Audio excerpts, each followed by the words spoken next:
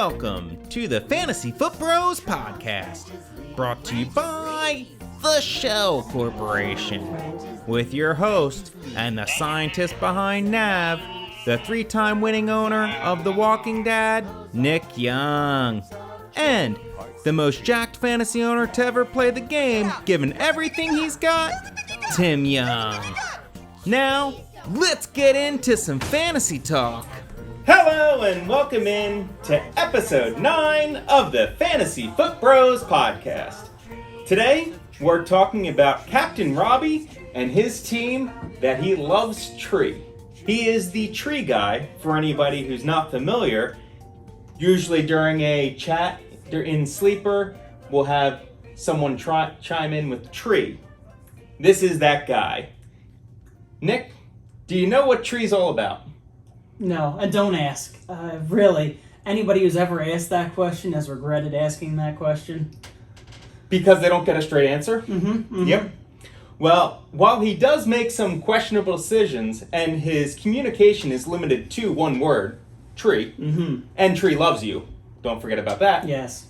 He does actually have the highest winning percentage since the move to Sleeper, tied with you. I was going to say, not by himself. He is tied with you at 18-8 with the highest winning percentage. So something interesting about Rob's team with having that high winning percentage is that he actually has the lowest points against. So it must be that when people play him, they get so afraid of tree and the power of tree that they just crumble under the pressure. Sure. So I think... And leave him alone. I see what you did there. So that's a good one. So that's where I think Rob's high winning percentage comes in, along with his good coaching strategy. His defense apparently is unstoppable. Yeah, teams have a habit of falling apart against him, and he's made a ton of questionable decisions, but he does find a way into the playoffs. And now, what are your thoughts on him trading his first-round pick this year for Dallas Goedert, a second round next year, and a 5th round pick this year? I think that he's in a really difficult division with you, me, and Thirsty Turtles.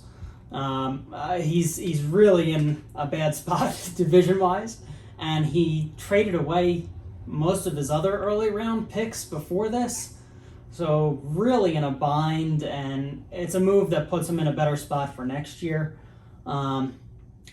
Maybe he could have gotten a bit more for it, but ultimately I don't think it's all that bad of a move, and I don't blame him for starting to look ahead to next year already. So looking at Goedert as one of his potential keepers, what's the NAV score on Goedert, and how would you compare him to Gesicki as another tight end option? So Goedert is actually at a negative 34, which says that there's pretty good chance that his 9th round keeper cost, you'd be able to just select him in the 9th round. So that's based on average draft position, and us being in Philly area kind of league. Goedert may go a bit earlier than what average is nationally, but still it's pretty marginal value there, if anything. I think Ertz coming back into the picture, and he's all off season the assumption was that Ertz wouldn't be with the Eagles anymore. Now the season's here and Ertz is still on the team. So there's a lot of targets to go around that need to be shared there, and I don't know if Goddard's going to return on the value so much. Gesicki is an interesting one. I don't think he's worth keeping in the 5th. He's somebody that, again, would be available 9th, 10th, 11th maybe. But each year, it feels like the past 3 years, I guess, that he's been kind of looked at as a tight end sleeper, and maybe this is a year that he finally wakes up and gives a little more. Well, Gesicki is really interesting to me. I mean, he ended the year as the 9th overall tight end, and I think when looking at the other tight ends in the league, he's going to fall in that top 9. So I think he's going to be a starting tight end. Someone that I would actually rank higher than, I think, Dallas Goedert, given his situation with Ertz. I think that, like you said, there's a few mouths to feed in Philadelphia. No, granted, Dolphins have a lot. Yeah, I think both are quality tight ends. I don't know if I'm in love with either one for a keeper, especially at their value. Goddard, I think, is the first one that I would keep under his team. The next one that I would potentially look at is either Robbie Anderson or his more recent trade, Mike Williams. So he traded Derrick Henry for Mike Williams. I feel like he probably could have gotten a little bit more from that deal, pick up some extra draft capital this year, or maybe a better keeper or something like that. Maybe, yeah. I also think he might have been able to wheel and deal for a little bit more there. Derrick Henry was worth absolutely nothing to him. He couldn't keep Henry. He was gonna have to toss him back out there, and whoever's buying Henry has to use their first round pick on him. So people weren't beating down his door for Henry, and he wouldn't have gotten a whole lot no matter what. But what he did get, I really don't understand a whole lot. Mike Williams would cost an 11th round to keep. He already has Robbie Anderson. They mentioned that as an 11th round keeper as well. He does have 2 11th round picks. He could keep both of them. But it just feels like they're pretty similar options. I would prefer Robbie Anderson between the two, quite honestly. So do you think at this point you keep Robbie Anderson and Mike Williams and leave Goddard off and hope to draft him? But then do you feel like you kind of wasted that trade earlier with the Thirsty Turtles to get Goddard? Not necessarily, because he got the second round and the 5th round pick for next year. So he did make something of that trade, even if toss Goddard back or out of the deal altogether. It's still a fine enough trade there. Nav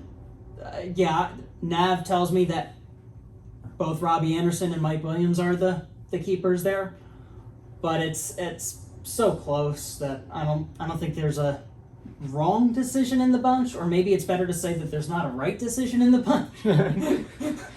Well, that's fair. I could very well see that he only keeps one of them and throws the best out there, but he should keep 2, yeah.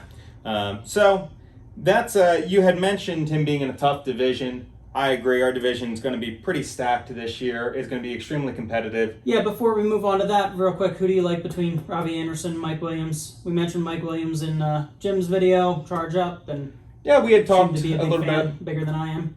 I really like Mike Williams, but I like the health of Robbie Anderson. He seems to be on the field more than Mike Williams. Mm-hmm. When both healthy, I'd probably lean towards Mike Williams, but availability is one thing that you really want to look for in fantasy football, and Robbie Anderson seems like he's available. He's getting his quarterback Sam Darnold back, who he had an exceptional year in New York with him the year that they played together. Mm-hmm. So I'd lean that way. I like Robbie Anderson more than Mike Williams too, but I would probably keep both of them over Goddard as my keepers. Yeah, so Robbie Anderson is an 89.15. That's his nav there. It's pretty solid, pretty okay keeper to have. I think that he benefited a bit last year from Teddy Bridgewater liking to check it down a whole ton, and he was able to rack up some yards after catch pretty easily. He's a speedy receiver. And I don't know that Sam Darnold will have the same eyes for him that Teddy Bridgewater did. But right now, Anderson is going about 30 picks higher than Mike Williams. Is that what you see on? Yeah, I have it about 27. Yeah.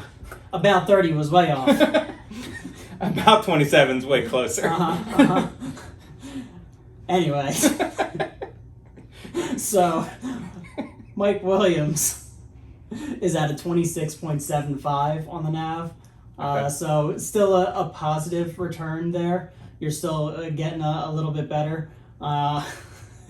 Pull it together. Come on. Go ahead, keep going. All right. So, Mike Williams in the 11th there. I do think that those are the 2 keepers to grab. We play in a 2 wide receiver league and not another flex position to really put a receiver in. That super flex really should be for another quarterback. So with only starting 2 one of them may not even be one of the starting 2. But but he could, lock those two in, and at least you got passable options there for receivers. And he doesn't pick in the first 4 rounds of the draft, or first 4.5 really. His first pick is at 509, the 9th pick of the 5th round. So he's got some work to do. He's made it pretty difficult, yeah. And that's why I have him coming in at last in our division. Yep. I have him at 5-9 for the year, so I think he's going to come in last. I think he squeezes out a couple wins. Are we looking at last place in the league? No, that is definitely the Lonesome Kickers. No question about that. So, yeah, I think he's going to have a rough year. Hopefully builds for next year, makes some trades for draft capital next year. What do you think for his outlook? Yeah, if he gets 3 wins, I think it'll be a lot. So do you think he's the worst team in the league? He's going to make a strong push for it. I do. That if he's not worst, it's because he's continued to somehow pull out these weird wins where he scores 60 points and the other team scored 57. So that sounds about right. Yeah. That's typically how he gets his wins. Yeah. Well, that's about it for me. Nick, anything else from you on CaptRobey's team? Nope, that's it. All right, well, just remember, Tree loves you, and we'll see you next time. Parts of trees. Head, shoulders, knees, and toes. Knees and toes. No!